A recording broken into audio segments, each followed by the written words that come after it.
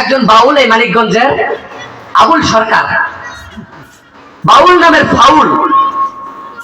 সব বাউলকে বলছি না, সে আমার আল্লাহ এবং আল্লাহ রসুলকে নিয়ে কটূক্তি করবে, আমার আল্লাহ এবং আল্লাহ রসুলকে নিয়ে আমার কোরআনকে অবমাননা করবে, তার গাঁটটা ফেলে দিতে এক সেকেন্ড দ্বিধা বোধ করবো না। কথা বলে ঠিক কিনা?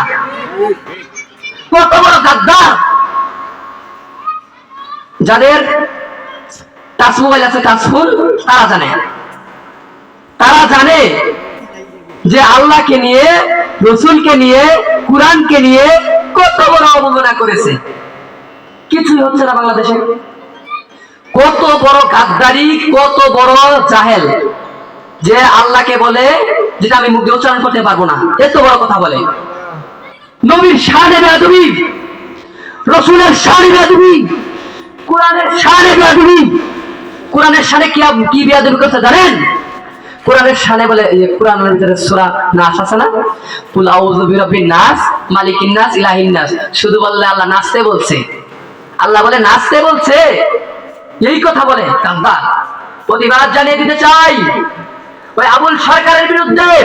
এই বাংলার জমিনের মধ্যে তার যদি উচিত বিচার না হয়, এই বাংলার তৌহিদি জনতা তা মেনে নেবে না। কথা বলে ঠিক কিনা?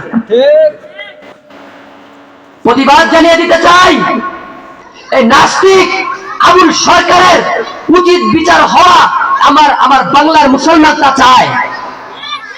কত বড় গাদ্দার! যদি আল্লাহ এবং আল্লাহ রসুলের শানে বেয়াদবি করাটা যদি তোদের বাদ স্বাধীনতা হতে পারে,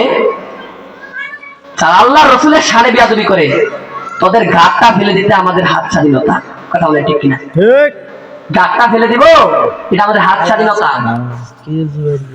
রসুলের শানে বেয়াদবি, হ্যাঁ, আল্লাহর শানে বেয়াদবি, কত বড় গাদ্দার! আল্লাহ কিনেও চাপ দেয়, যদি সমস্ত কিছুর ক্ষমতা রাখেন, তোকে গুলিশাত করে দিতে আল্লাহর কয় সেকেন্ড লাগবে? 1 সেকেন্ড লাগবে না।